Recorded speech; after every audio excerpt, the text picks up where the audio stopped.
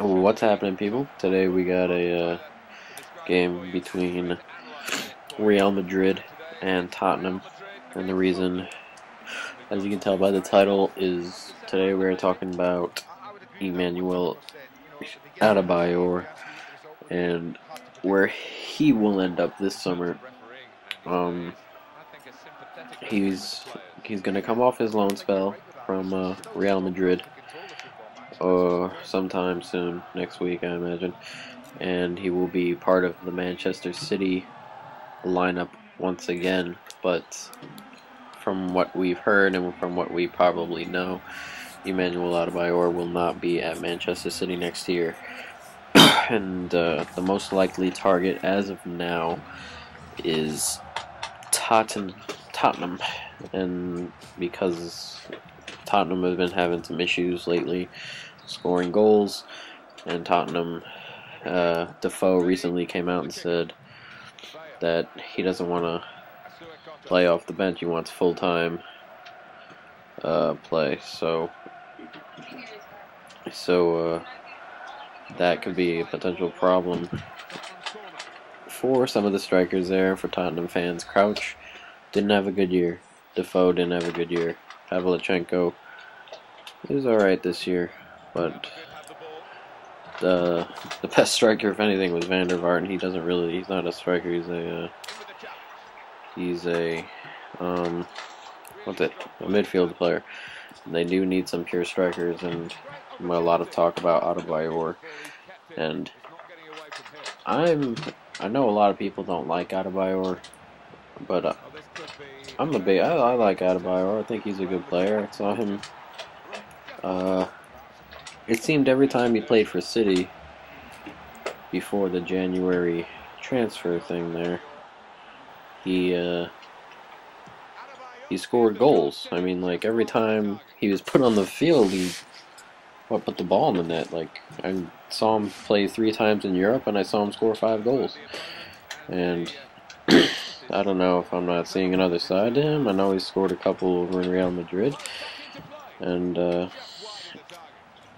but I'm just not seeing where all the hate for this guy is coming from. I know when Mourinho paid for that loan spell or whatever, if it is a loan spell, I'm not quite sure if it's a loan or not. When Mourinho paid for it, people were like, why is he paying so much for a washed-up striker that City don't even want?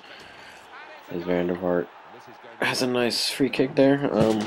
They were asking, hey, why is he paying all this money for a washed-up striker that City don't need, or he's washed up or whatever? And I'm thinking to myself, well, this guy scores goals in Europe. I mean, he's always been scoring goals for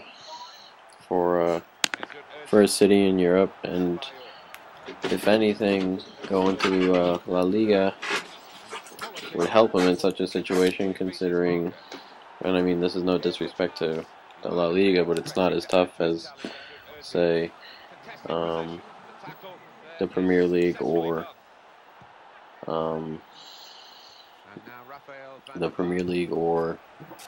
Bundesliga. But I mean, it's probably the perfect type of football for him, considering the way he plays. And Tottenham may be a good fit, considering he'll get full time, or he may get full time. Not necessarily he will, because we don't know who Tottenham are bringing in at the moment, or what Tottenham's financial situation will be this summer. But for the time being, I think Adebayor will be a good fit, and I think people don't see too much in Adebayor, and I think they're sadly mistaken. And again, this is just my opinion. Feel free to disagree, but I think Adebayor is a player that can do pretty well at Tottenham, given the lead role, and if he plays up front on his own, or with Vaart, or with whoever, or however that works, then so be it, you know what I mean? As for Tottenham, they haven't disclosed a price per se for Adebayor. Adebayor's price hasn't been disclosed as of yet, but we don't know what Tottenham's transfers situation is going to be, and I know if they don't get to since they're not in the Champions League, I heard $40 million came off the pallet there, or 40 million pounds came off the pallet there, and they're, from what I've heard, they may have to sell a majority of their players. So maybe the only way they will pay for Adebayor is through a very cheap price. Otherwise, Adebayor may be staying at whatever club he's at. I don't know if Madrid bought him or if he's still on loan from City. But either way, he won't be going to Tottenham. And as for Tottenham,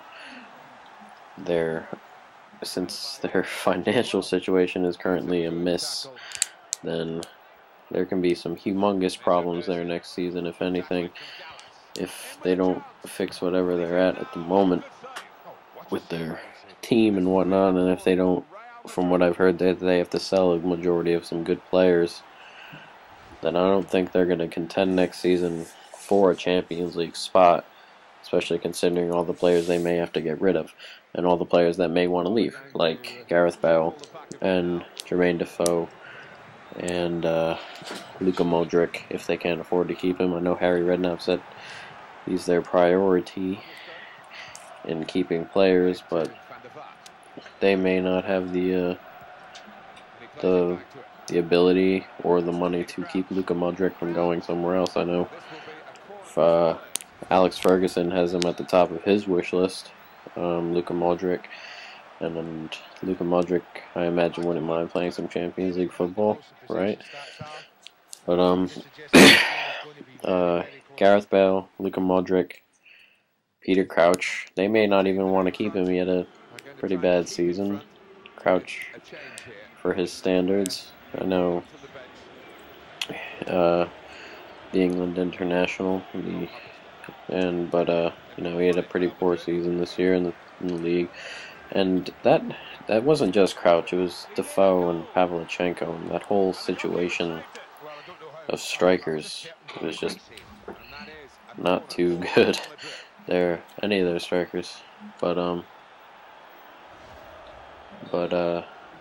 that's, I guess you can put it as, it's not really an excuse for me, because it's just they may have to, from the way this season went, they need some new strikers, not necessarily one, but maybe two or three, and Adebayor could fit, and some other players could fit. I haven't heard too many about strikers with Tottenham other than Adebayor, but you never know what's going to happen this summer, and it's going to be a good summer from what I hear, and maybe Tottenham will fix their situation, and I know they hope they fix their situation. Tottenham fans are hoping that something gets done, as I score in the 90th minute to save my ass here. But with Adebayor, speaking of which, but hopefully for them they can get their things going. As for Real Madrid, they've already signed two players, I believe. Sahin, the Turkish international, I believe he's Turkish, from Borussia Dortmund. He was pretty much their best player this season, and they've also signed the other Turkish international, Altintop, from Bayern Munich, who is arguably one of their better midfielders this season as well, or one of their better up front men, if you want it. He can switch back and forth between up front and midfield, but excuse me. But either way, they've signed two pretty quality players already, or agreed to terms or whatever, and their summer hasn't even started yet. So with Real Madrid, they're getting, so far they look like they can splash around the money, especially if they can go ahead and grab these two, or perhaps these two were on top of their list and they've already done their summer shopping. But as of late. This will be on the next video, or one of the next videos, but they put Ronaldo up for sale today for 150 million euros, which is a that's a crazy number that they just put up there for Ronaldo. They obviously don't want to sell Ronaldo, and if they're going to sell him, they want a humongous profit from their $80 million or 80 million euro expense when they paid for him to come over from Manchester United. Spent 80 million. They want a humongous profit, and 70 million would count as a humongous profit, I imagine.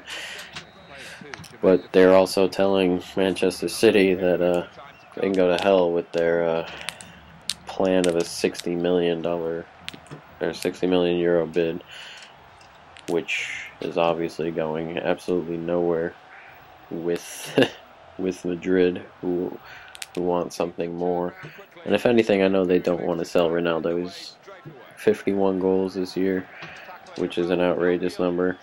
But him and Messi have scored some crazy numbers and goals and whatnot. But him and